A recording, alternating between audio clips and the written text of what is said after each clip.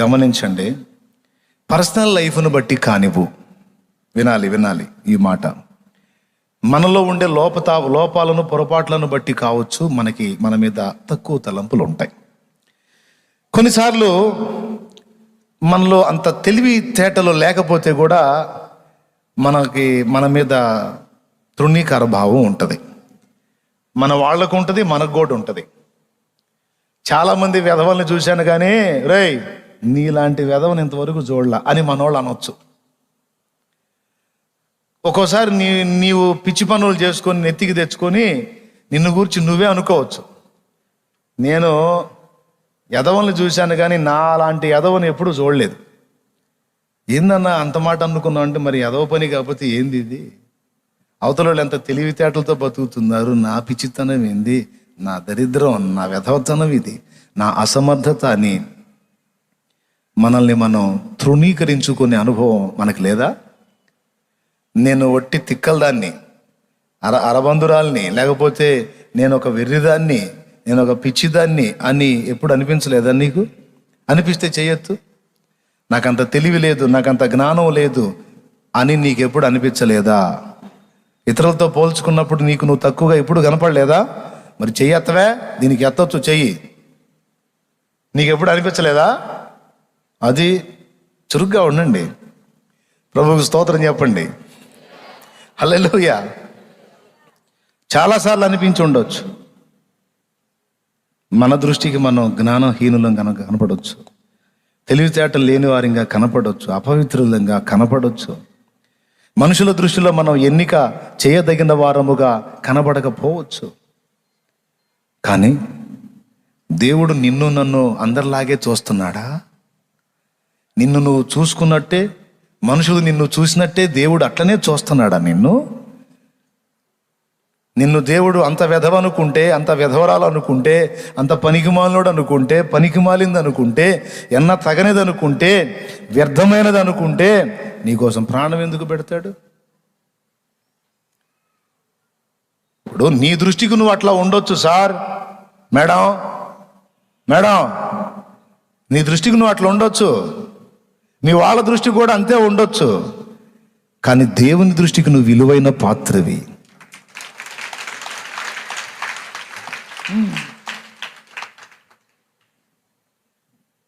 ఆయన నిన్ను అందరిలాగా చూడట్లా. నీ ఫ్యామిలీ నిన్ను రెస్పెక్ట్ చేయదు. ఒక సామాన్యపు అధికారి దగ్గరికి నువ్వు వెళ్తే గేటు తీరు నీకు. కానీ నువ్వు వెళ్ళి మోకాళ్ళ మీద కూర్చుంటే పరలోక సింహాసనం మీద కూర్చున్నట్టు దిగి నీ దగ్గరికి వస్తాడు.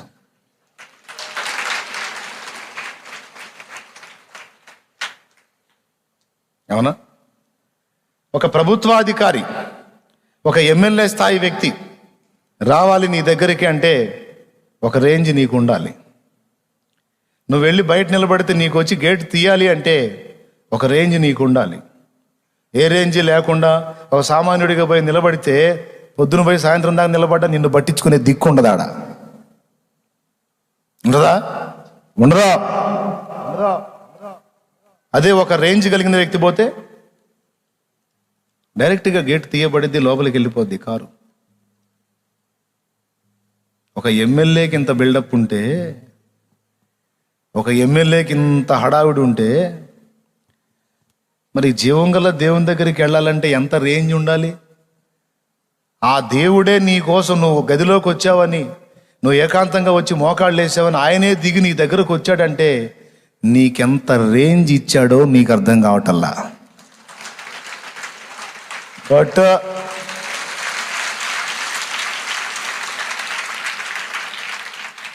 నేనేమన్నా మునగ చెట్లు ఎక్కిస్తున్నానా? మరి ఎందుకు నాకెళ్ళి అనుమానంగా చూస్తున్నారు? ఆహా, ఏం ఎక్కిస్తున్నావు అన్నట్లు ఎక్కిస్తున్నానా? ఉన్నదే చెబుతున్నానా? చెప్పండి నాతో ఫ్రీగా. ఉన్నదే చెబుతున్నానా లేదా మునగ చెట్లు ఎక్కిస్తున్నానా? మరి ఆయన ఎక్కడ? ఇక్కడున్న ఎమ్మెల్యేలు, ఎంపీలు, మంత్రులు, ముఖ్యమంత్రులు వీళ్ళందరూ ఎక్కడ?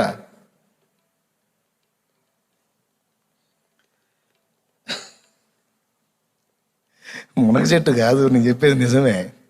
రాజులకు రారాజు మమ్మేలే మహారాజు, భూపతులకు అధిపతివి నీవేనయ్యా. రాజులకు రారాజు మమ్మేలే మహారాజు, భూపతులకు అధిపతివి నీవేనయ్యా. నీకు సాధ్యము కానిది లేదు, నిన్ను మించిన పెన్నిది లేదు. నీకు సాధ్యము కానిది లేదు, నిన్ను మించిన పెన్నిది లేదు. కించుమా విజ్ఞాపనకు చెవినీయుమా, విన్నపాలు ఆలకించుమా. విజ్ఞాపనకు చెవినీయుమా. విడుదల కోరి నిన్ను వేడుచున్నాను, విడుదల కోరి నిన్ను వేడుచున్నాను.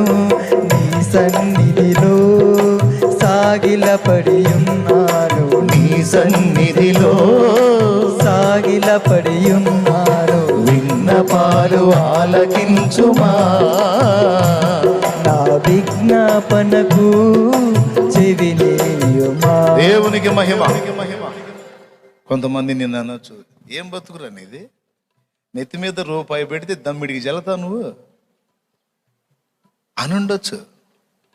నిన్ను కూడా అట్లా అనుండొచ్చు.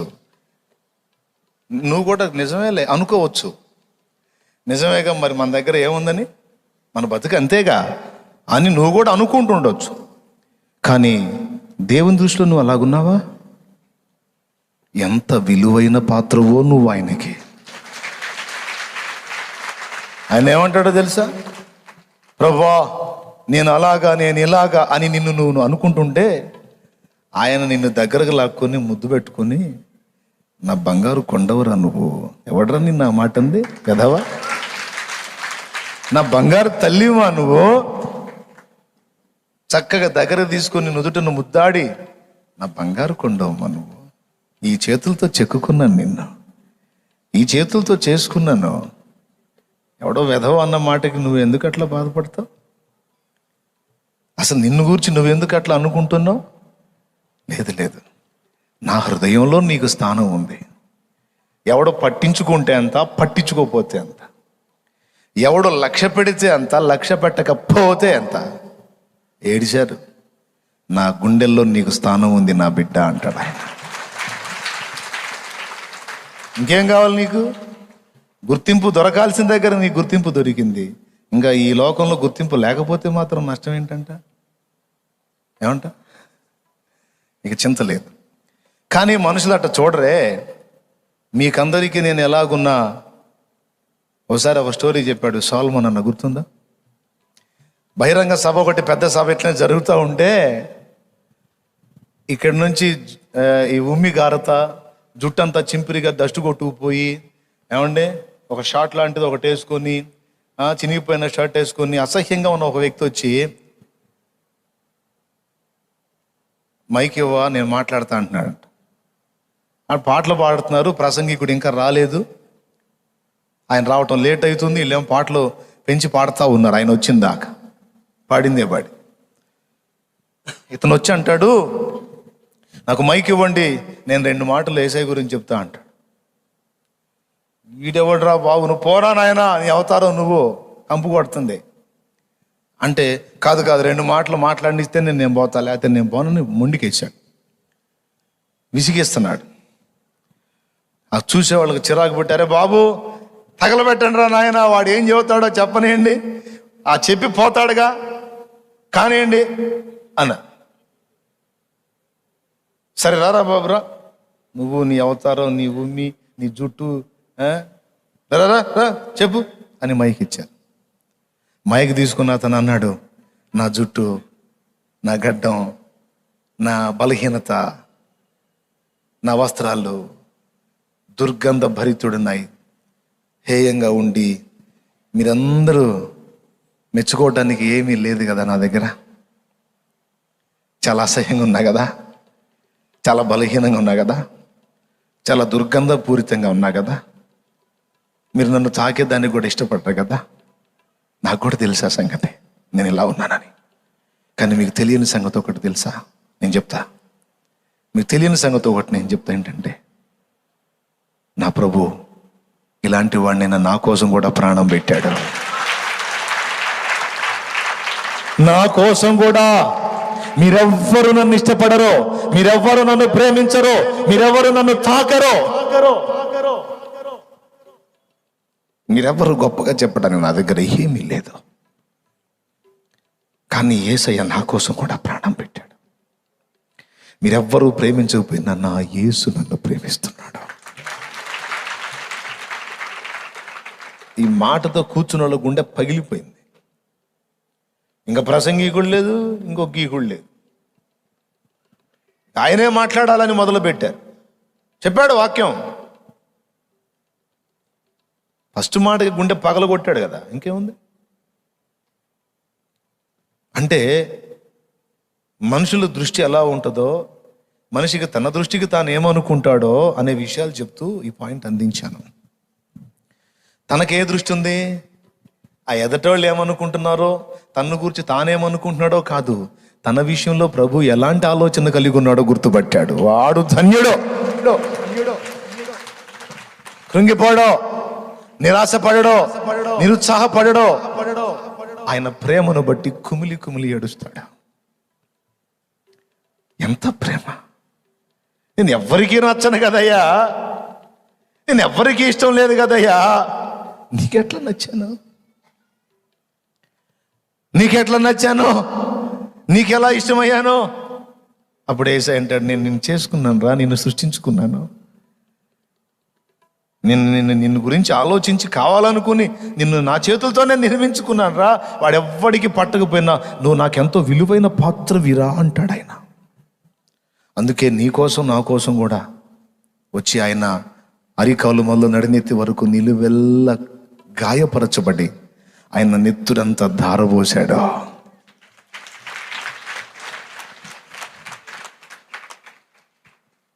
ఒప్పుకుంటారా? ఏ దృష్టితో చూస్తావు నిన్ను నువ్వు? నీ దృష్టితోనా? మనుషుల దృష్టితోనా? కాస్త అన్ని విధాలా బాగుంటే మనుషులు బాగానే భజన చేస్తారు. అబ్బో ఆయనాడా, ఆయనంతా, ఆయన ఎంత, ఆయన పుట్టింగు, ఆయన అది ఇదన్నీ ఏదో చెప్తూ ఉంటారు మనుషులు. కాస్త కిందికి వస్తేనేమో నేను ఫస్ట్ నుంచి అనుకుంటానే ఉన్నా, ఏదో హడావుడి చేస్తున్నాడు కానీ అంత బుస్సేనని. అటు తిప్పుతారు, అటు ఇటు కూడా తిప్పుతారు, అటు. అంతే కదా.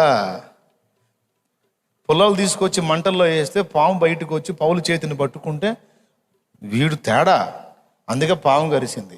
నీళ్ళలోంచి తప్పించుకున్నాడు కానీ ధర్మం చేతిలో తప్పించుకోలేక పాము కాటుకు గురయ్యాడు అన్నారా? ఒక గంట సేపు అయింది, పౌలుకి ఏం కాల, పావును అందులో వదిలిచ్చాడు, మంటల్లో హాయిగా చలి కాచుకుంటున్నాడు. గంట సేపటికి ఏం కాకపోయేసరికి వెంటనే అట్టు తిరగేశారు. తిరగేసి ఏమన్నారు తెలుసు? ఇతడు ఒక దేవత, ఇతడు ఒక దేవత, అంత భయంకరమైన విషసర్పం గరిసినా ఏం కాలేదంటే ఇతను సామాన్యుడు కాదు, ఇది ఒక దేవత. అరే ఇప్పుడే కాదురా నువ్వు తేడా అంటివి, ఇప్పుడేగా నువ్వు దుర్మార్గుడు కాబట్టి పాము గరిసిందంటివి. మళ్ళా ఏమి కాకపోయేసరికి గొప్పోడు నేను చెప్పలా అని ఈ అట్లు తిరగేసే సెక్షన్ ఏసై చేయడు. దేవునికి స్తోత్రం కలుగును గాక. చెప్పగట్టిగా. మనుషులు తిరగేస్తారు అట్లు. బాగా హోదాలో ఉంటేనేమో భజన చేస్తారు, కిందికి వస్తేనేమో నేను చెప్పలా బుస్సే అని. అందుకే మనుషుల దృష్టిని లక్ష్య పెట్టకండి. ఏది నీ విషయంలో, నీ పర్సనల్ విషయంలో మనుషుల దృష్టికి మేలైంది చెయ్యండి. కానీ మీ వ్యక్తిగతంగా మిమ్మల్ని మీరు చూసుకునేటప్పుడు నిన్ను నీవేమనుకుంటున్నావో లేకపోతే ఇతరులు ఏమనుకుంటున్నారో అనేది కాదు, నన్ను గూర్చి నా ప్రభువేమనుకుంటున్నాడో అది నాకు ముఖ్యం అనుకో. ఆయన నన్ను ఎలా చూస్తున్నాడు అది నాకు ముఖ్యం అనుకోవాలి. అవునా? 2 ఇంకోటి ఏం చెప్పాను? 3 సంగతులు రాసుకోమని చెప్పాను. మొట్టమొదటిది, నిన్ను నీవు చూసుకునే విషయంలో నీ దృష్టితోనో మనుషుల దృష్టితోనో కాదు, దేవుని దృష్టితో. రెండవది, నీ పరిస్థితులను చూసే విషయంలో కూడా నీ దృష్టితోనో మనుషుల దృష్టితోనో కాదు, వీళ్ళు అదే చూశారు. వాళ్ళు మాకు ఎంత పొడుగున్నారో తెలిసే వాళ్ళు, వాళ్ళ దృష్టికి మేము మిడతల్లాగున్నాం, మా దృష్టికి కూడా అంతే ఉన్నాం. అవును సరే, వాళ్ళ పొడుగు చూసావు సరే, నీకెళ్ళి నువ్వెందుకు చూసుకున్నావు? ఎర్ర సముద్రం పాయలు చేసింది నువ్వా? ఆకాశం నుండి మన్నాను కురిపించింది నువ్వా? తరుముకుంటూ వచ్చే ఫరో సైన్యాన్ని, రథాలని, గుర్రాలని అగ్నిస్తంభం అడ్డుపెట్టి ఆపింది నువ్వా? నైటు తెల్లవారేసరికి, నైటు మధ్యరాత్రిలోకి సముద్రం ఖాళీ చేసింది నువ్వా? బండ నుండి మధుర జలాలు రప్పించింది నువ్వా? మారాలో ఉన్న చేదు నీళ్లు మధురంగా మార్చింది నువ్వా? రెఫీదీం లోయలో అమాలేకుల్ని హతం చేసింది నువ్వా? ఎక్కడ నువ్వు? ఇశ్రాయేలీల గురించే కాదు, మీ పర్సనల్ లైఫ్లో ఆలోచించుకోండి. మీ జీవిత ఆరంభం నుంచి ఇప్పటిదాకా ఎన్నో కఠినమైన మజిలీలు దాటుకుంటూ వచ్చారు. కొన్ని చోట్ల అసలు ఇక అవకాశమే లేదు, మన పని అయిపోయింది అన్న అనుభవాల్లోకి వెళ్ళిపోయిన పరిస్థితుల్లోంచి ఆశ్చర్యమైన రీతిలో దాటుకొని వచ్చావే. మరణ పడకలోకి వెళ్ళావు, చచ్చి బతికావు చాలాసార్లు. నిన్ను నువ్వు బతికించుకున్నావా? నిన్ను నువ్వు బాగు చేసుకున్నావా? ఎట్లా దాటావు ఆ మరణపు ఘట్టాలు? ఆ కఠినమైన పరిస్థితిలో, ఆ కఠినమైన శ్రమల కొలిమి నుంచి ఎలా దాటి ప్రయాణం ఇంత దూరం వచ్చావు నువ్వు? నీ శక్తే? వాళ్ళు ఏమనుకున్నారే? అంటే ఏంది? వాళ్ళు అంత పొడుగున్నారు కాబట్టి మనం వాళ్ళని కొట్టలేము, ఎందుకంటే మన బలం చాలదు, మనం వాళ్ళంత ఎత్తులేము కదా అంటే అంతా ఈ మొనగాళ్ళు గెలుచుకొని వచ్చినట్టు మాట్లాడుతున్నారు. ఈ తన్నులు తినే మాటలు ఎవరి చేత? దేవుని చేత తన్నులు తినే మాటలు. ఇంతకాలం దాటించుకొచ్చిన వాడు ప్రభువే, ఇక ముందు దాటించేవాడు కూడా ప్రభువే. సుడిగుండాల్లో చిక్కుకుపోయావు, చిత్రంగా చేయి అందించి బయటికి లాగాడు. లేకపోతే ఆ స్టార్టింగ్లోనే నీ చరిత్ర అయిపోయేది. అన్నిట్లో కాపాడబడి అన్ని విషయాల్లో ఒడ్డెక్కి ఇప్పుడేమో అన్ని నువ్వే డీల్ చేసేటట్టు మాట్లాడుతున్నావు. ఏమనాలి నిన్ను? దేవుని బాధ అది. అప్పటిదాకానేమో దేవుని అండ పట్టుకొని ప్రయాణం చేసి అక్కడికి వచ్చి వాళ్ళు ఓన్గా డీల్ చేసినట్టు మాట్లాడా. అలా చూడటం వల్ల వాళ్ళకే నష్టం, దేవునికేమో నష్టం లేదు. ఒరే బాబు, పరిస్థితులైనా, ప్రతికూల పరిస్థితులైనా మీరు మీ దృష్టితో చూస్తే చస్తారు. ఎంతటి పరిస్థితులైనా నా దృష్టితో చూడటం నేర్చుకోండి, అప్పుడు బయటపడతారు. హల్లెలూయా. మీ దగ్గర ఏమైనా ఉందా అంటే 5 రొట్టెలు 2 చేపలు ప్రభు దగ్గరికి చిన్నోడు తీసుకొస్తే వాడి దృష్టి ఏంటో తెలుసా? నా చేతిలో ఉన్న 5 రొట్టెలు 2 చేపలు నాకే చాలవు, ఇంతమందికి ఏం సరిపోతాయి? కానీ ఇవి యేసయ్య ఆశీర్వదించి విరిచాడంటే అందరికీ వస్తాయి. అది వాడి దృష్టి. వాడు రొట్టెల్ని వాడు ఆలోచనతో చూసుకోవాలా. ఇవి నేను యేసయ్యకి ఇస్తే వీటిని అనేక మందికి ఆయనే పంచి పెడతాడని యేసు కోణంలో నుంచి వాటిని చూస్తే అన్ని అందరికీ కడుపు నిండంగా 12 గంపలు మిగిలి కనపడింది. హల్లెలూయా, హల్లెలూయా. ప్రతి పరిస్థితుల్లోనూ ఆ కోణమే మనం గుర్తుపెట్టుకోవాలి. మన ఎదుట జటిలమైన పరిస్థితులు ఎన్నో ఎదురవుతూ ఉంటాయి, గుర్తుపెట్టుకోండి. మనకు ఒక సుఖవంతమైన ప్రయాణం వాగ్దానం చేయబడలా, అద్భుతమైన గమ్యము వాగ్దానం చేశాడు. ప్రయాణమేమో అగచాట్ల మారి ప్రయాణం, గమ్యమేమో సూపర్ పరలోకం. లోకస్తులకేమో ప్రయాణం సూపర్, గమ్యం మాత్రం అగ్నిగుండం. మీకేది కావాలి? ప్రయాణం సుఖంగా ఉండి అగ్నిగుండం కావాలా? లేకపోతే కాస్త అగచాట్ల మారి ప్రయాణం అయినా కనీసం ముగింపు అన్నా కాస్త ప్రశాంతంగా ఉండే ముగింపు కావాలి అంటారా? ఏది కావాలో కోరుకోండి. మీరు ఏది కోరుకుంటే అది నేను మీకు ఇచ్చేటట్టు ప్రార్థన చేస్తాను. ఏం కావాలి మీకు? సుఖవంతమైన ప్రయాణం కావాలా? అద్భుతమైన గమ్యం కావాలా? అద్భుతమైన గమ్యమే కావాలన్నా, అగచాట్లు మారి ప్రయాణమైనా పర్వాలేదు అంటే చేతులు ఎత్తండి. అందరికి అర్థమైంది. దేవునికి స్తోత్రం, హల్లెలూయా. అట్లా కాదు, ప్రయాణం సుఖంగా ఉండాలి, పోతే పోయే అగ్నిగుండానికి అంటే అట్లా కూడా చేయొత్తండి, నేను ప్రార్థన చేస్తాను. నిద్రపోయేవాడు కూడా ఎత్తడు. ఇప్పుడు నరకానికి ఎవడు కోరుకుంటాడు? అవును. ఈ జీవన గమనంలో, ఈ జీవన యాత్రలో మనం నిత్య జీవానికి చేరు పర్యంతము ఈ భూమి మీద బతికే బతుకంతట్లో కూడా విలాసవంతమైన ప్రయాణం మనకు వాగ్దానం చేయలే. కష్టాల బాటలోనే ప్రయాణం. కాబట్టి ఇప్పుడుదా కొన్ని సమస్యలతో నలిగారు, కొంచెం ప్రశాంతత వచ్చి ఉండొచ్చు. కానీ ఒక మాట చెప్పనా, ఈ ప్రశాంతత ఇక బావరికి స్థిరంగా ఉంటుంది అనుకుంటున్నావా? కొద్ది రోజుల్లో మళ్ళీ ఒకటి అడ్డు వస్తుంది, ఆ తర్వాత మళ్ళీ కొంచెం ప్రయాణం మళ్ళీ ఒకటి అడ్డు వస్తుంది. ఇట్లా వరుసగా ఎదుర్కొంటానే వెళ్ళాలి. అయితే ఎన్ని ఎదురొచ్చినా నీ దృష్టితోనో మనుషుల దృష్టితోనో చూస్తే అవి అంతే ఉంటాయి. మరి ఏ దృష్టితో చూడాలి?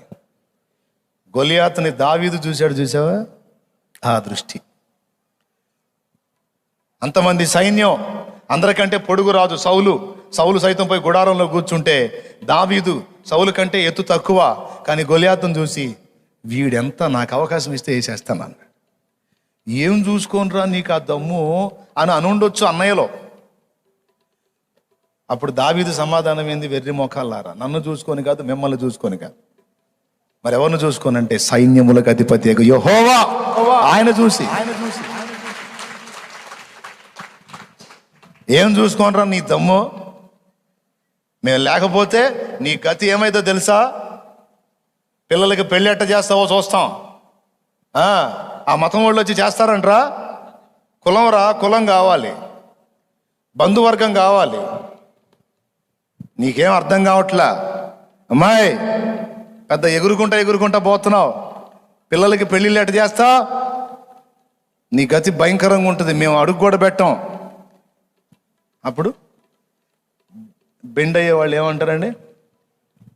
లేదు అలా అనకండి బావగారు, అలా అనకండి మరిది గారు, మేము వెళ్ళట్లా, ఇప్పుడు మానేశాం.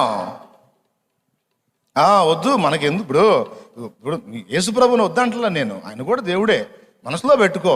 మాంసం తింటున్నావు, ఎముకలు మెడలో వేసుకోం కదా, వేసుకుంటావా? కాబట్టి ఏదన్నా ఉంటే మనసులో అయ్యా ప్రభు స్వామి అనుకో, ఇంట్లో కూర్చోని, అంతేగాని ఏదో అట్లా వెళ్తే అట్లా పిల్లల పెళ్ళిళ్ళు కావద్దు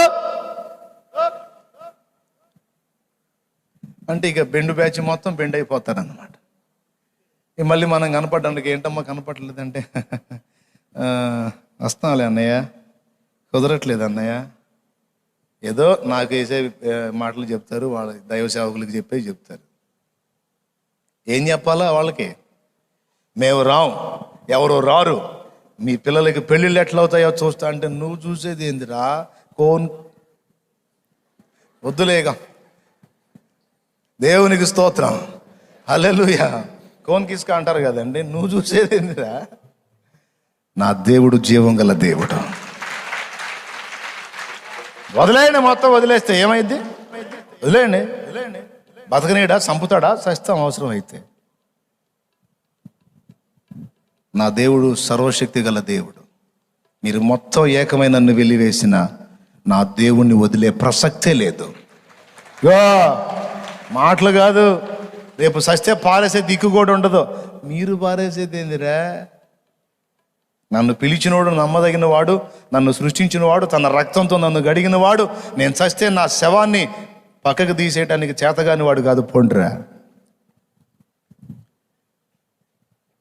ఈరోజు కొంతమందికి సత్యం తెలిసి కూడా ఏ కారణం చేత రక్షణలోకి రాలేదో తెలుసా? పిల్లలకి పెళ్ళిళ్ళు కావని కొంతమంది, సస్తే శవాన్ని పాడి మీద కాకుండా పెట్టిలో పెడతారని, సస్తే ఫ్యామిలీలో గొడవలు అవుతాయని, ఇట్లాంటి డౌట్స్ పెట్టుకొని కొంతమంది దేవునికి దగ్గరికి రారు. ఇప్పుడు కరోనా పుణ్యమా అని అందరికీ బాగా న్యాయం జరుగుతుంది. కోట్లకు పడగలెత్తిన కోటీశ్వర్లు శవం ముసుగులో పోయి, అందరికీ ముసుగులే, అర్థమైందా? ఎప్పుడు వేసావునా బొందలగడ్డలో కూడా బెటర్ ఎట్లా, మళ్ళా కోట్లకు పడగలెత్తిన కోటీశ్వరులే. శ్మశానంలో కూడా పెట్టకపోతే నాకు తెలిసిన ఒక ఆయన్ని మధ్యరాత్రి తీసుకెళ్ళి పూడిచిపెట్టి వచ్చారు. వీళ్ళు సస్తే నలుగురు రావాలి, ఏ కార్యానికైనా నలుగురు రావాలి. ఇప్పుడు వచ్చారు నలుగురు. ఏ నలుగురు అయ్యా? వచ్చారు పాపం కిట్లేసి వచ్చి పట్టుకొని కాళ్ళు పట్టుకొని గుంటలోకి.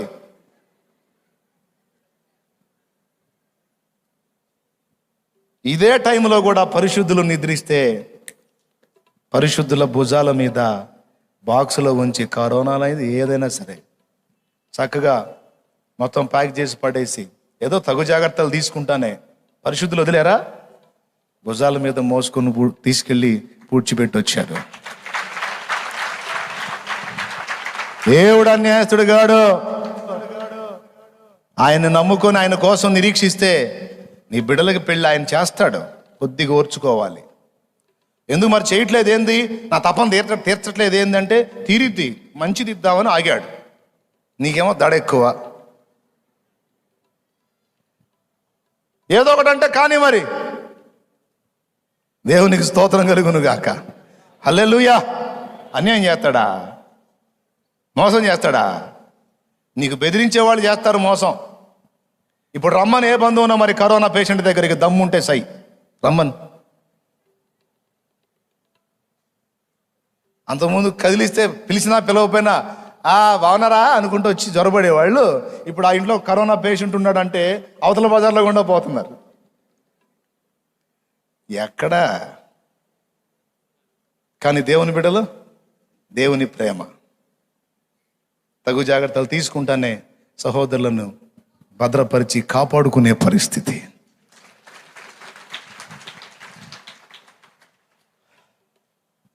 మోసపోవద్దు. పరిస్థితులు కావచ్చు, ఏవైనా సరే మనుషులు భయంకరంగా చూపిస్తారు, భయపెడతారు. కరోనా వచ్చిన వాళ్ళు కూడా ఏందో కొంచెం ఆయాసం వచ్చినట్టుందిగా, కొద్దిగా పైకి లాగుతున్నాడుగా, ఇదేదో కొంచెం తేడాగానే ఉంది అంటా ఉంటానుగానే ఇంకా ఇది ఎక్కువైపోయింది, అసలు పోవటం జరిగింది. వాళ్ళ సానుభూతికి ఓ దండం, వాళ్ళ పరామర్శకు ఓ దండం. ఉంచితే ఉంచాడు, తీసుకుంటే తీసుకున్నాడు, యేసు రక్తమే జయం. వీళ్ళు వచ్చి చూసి బారెడంగా ఉండి దగ్గరికి పోతే కరోనా షాక్ కొట్టిద్దేమో అన్నట్టు, ఏమండి కరోనా షాక్ కొట్టిద్దేమో అని బారెడంగా ఉండి ఎట్లా ఉంటుంది పాప ఏదో ఆప్యాయంగా నువ్వా అని రాబడి కాదు అక్కడే ఉండలే.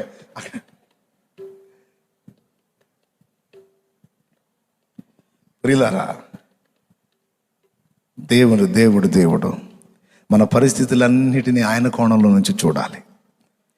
లోకం మొత్తానికి గొప్పదైంది, నా దేవునికి గొప్పది కాదు, ఆఖరికి కరోనాతో సహా. హల్లెలూయా. అనుమతించిన దేవుడు ఒక సైగ చేస్తే ఎంత లావుది కూడా అడ్రస్ లేకుండా పోయింది. హల్లెలూయా. ఏమంటారు? కాదా? మరి జబ్బు విషయమే కాదు, అప్పుల విషయమే కాదు, ఇతర ఏ జబ్బులు, ఏ కరోనానే కాదు, ఏ రోగమైనా, ఏ సమస్య అయినా, ఏ ప్రతికూల పరిస్థితి అయినా ఎవరండి?